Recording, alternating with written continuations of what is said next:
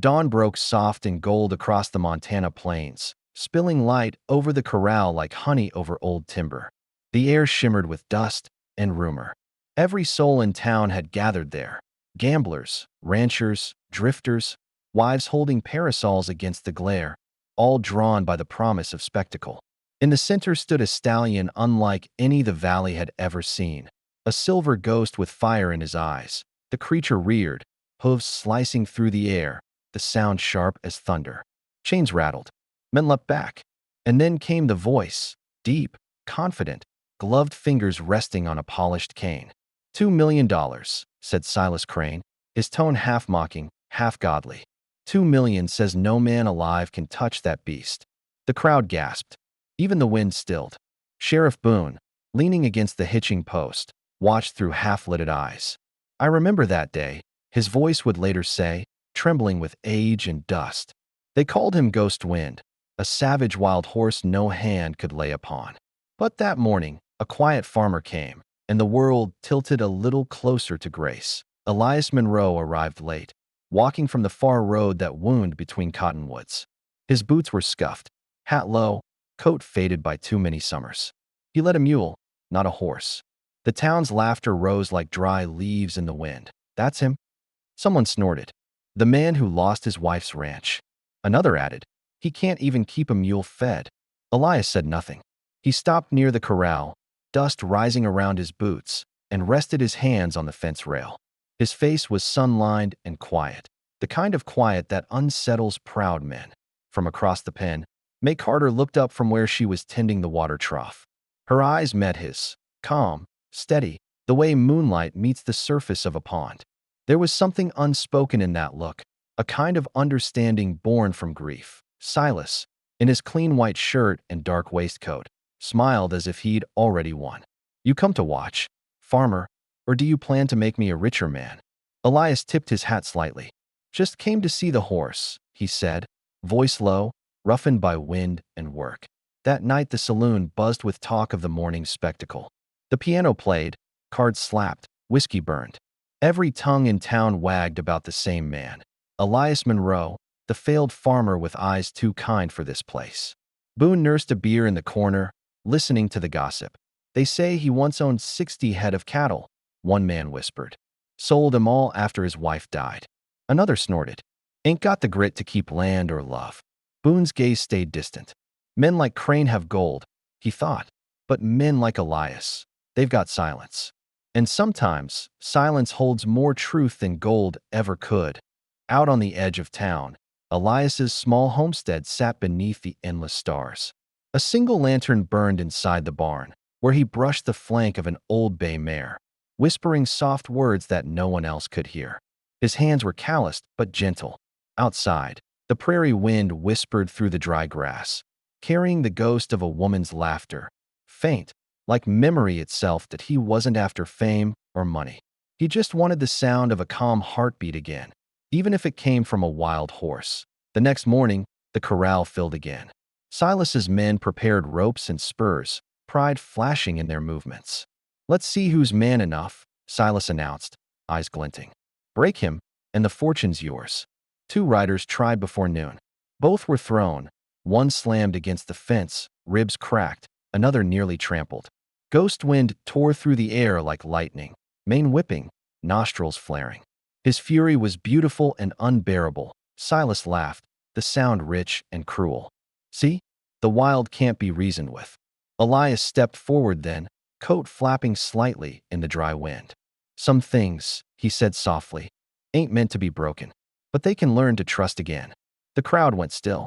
Silas turned, smiling thinly. You think you can do what no one else has? Fine, farmer. You touch him, just touch him, and the money's yours. Elias nodded once. I'm not doing it for money. The murmur rippled through the crowd like a shivered. He entered the corral slowly. The boards creaked under his boots. The stallion's ears pinned back, his body taut as drawn wire. Elias stopped 10 feet away and spoke softly. Easy now. No one's gonna hurt you. Ghost Wind snorted, pawing at the dirt, tossing his head. Elias didn't move closer. He just breathed, slow and steady, eyes lowered, shoulders loose. Dust swirled between them like smoke. Every small step forward brought a new flare of resistance.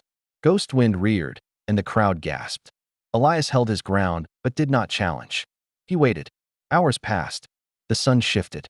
Sweat darkened his shirt, but he stayed calm, a steady rhythm of breath and patience. May stood at the edge of the fence, fingers clutching the rail. She could see it, the quiet language between them. He wasn't trying to dominate the beast. He was listening. As the shadows lengthened, Elias stopped a few feet short of the stallion. Not today, he murmured. Tomorrow, maybe. He turned and walked away. Silas scoffed. Thought so. You're no better than the rest. Elias paused at the gate, wiped the dust from his hands, and looked back once. I'll be back tomorrow. The crowd laughed, scattered, and left him standing alone in the golden hush of evening. May lingered by the fence until the last of the sun sank behind the hills. That night, she came to his small barn with a bowl of soup. The lantern light painted his face in amber and shadow. He was sitting on a hay bale, hat in his hands. Figured you hadn't eaten, she said. He looked up, smiled faintly. Thank you, May. She sat beside him, her skirt brushing straw. For a while, they just listened to the horses breathe. Maybe you're not trying to tame him, she said quietly. Maybe you're reminding him what kindness feels like. Elias nodded, voice soft. Sometimes a creature only fights because it remembers pain. May's eyes glistened. And sometimes a man does too. Outside, the prairie wind sighed through the cottonwoods. Gentle and endless. Boone's voice comes again in memory, rough with age. That night, the valley felt different. Still, like the earth itself was holding its breath. Folks said no man could touch that wild horse, but some of us knew better. We knew patience had a power money never could. Morning came pale and silver, the kind that feels like forgiveness. The air was cool, the earth damp from night dew, and a hush blanketed the valley as if the land itself waited for what would unfold. Elias Monroe walked toward the corral again, his boots leaving soft impressions in the wet dust.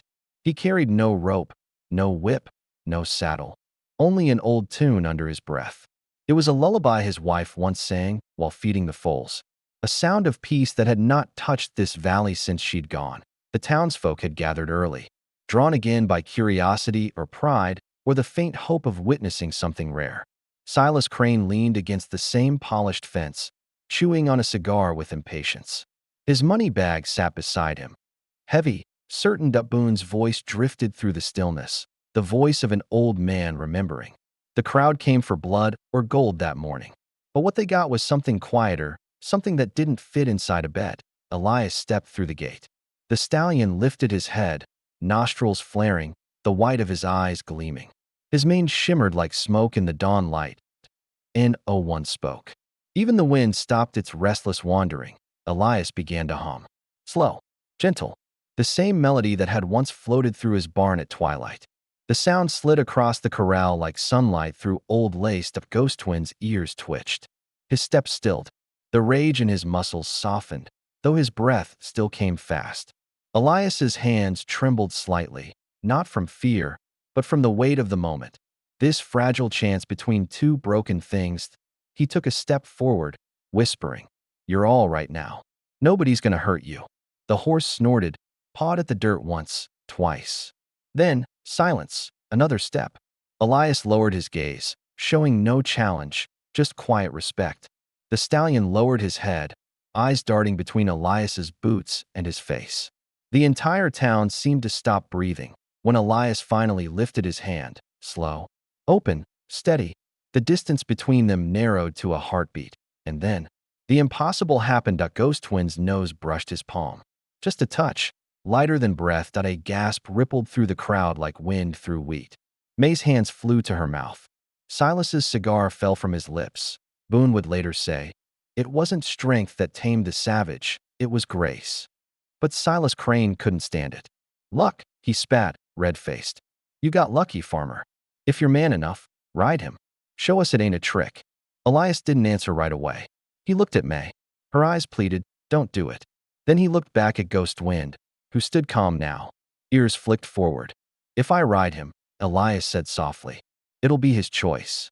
He moved closer again, until his fingers brushed the stallion's neck. The horse shivered but did not pull away. Elias's hand slid across the wild mane, reverent, gentle, as if touching sacred ground.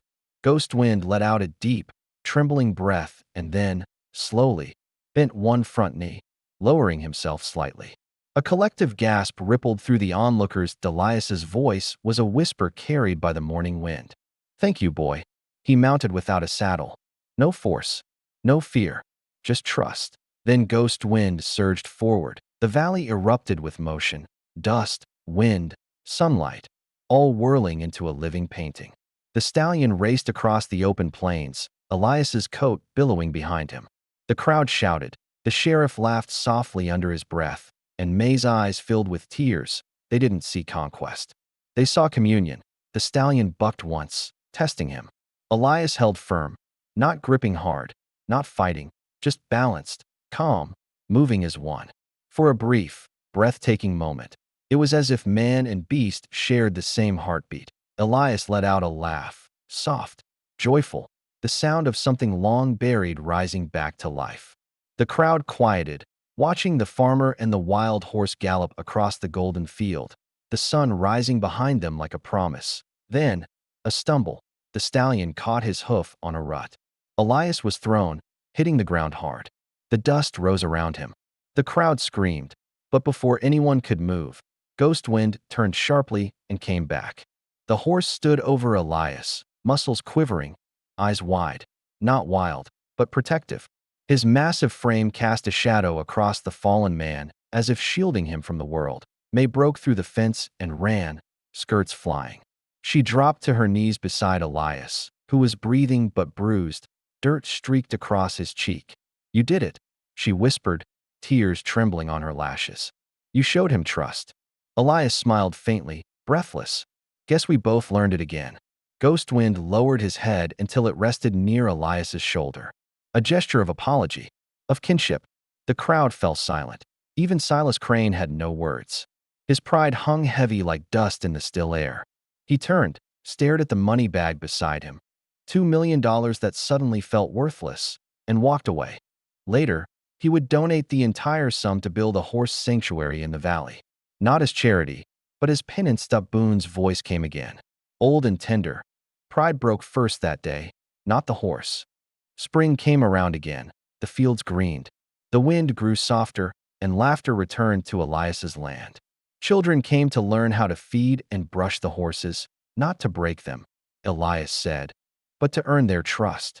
May worked beside him, her smile quiet and sure.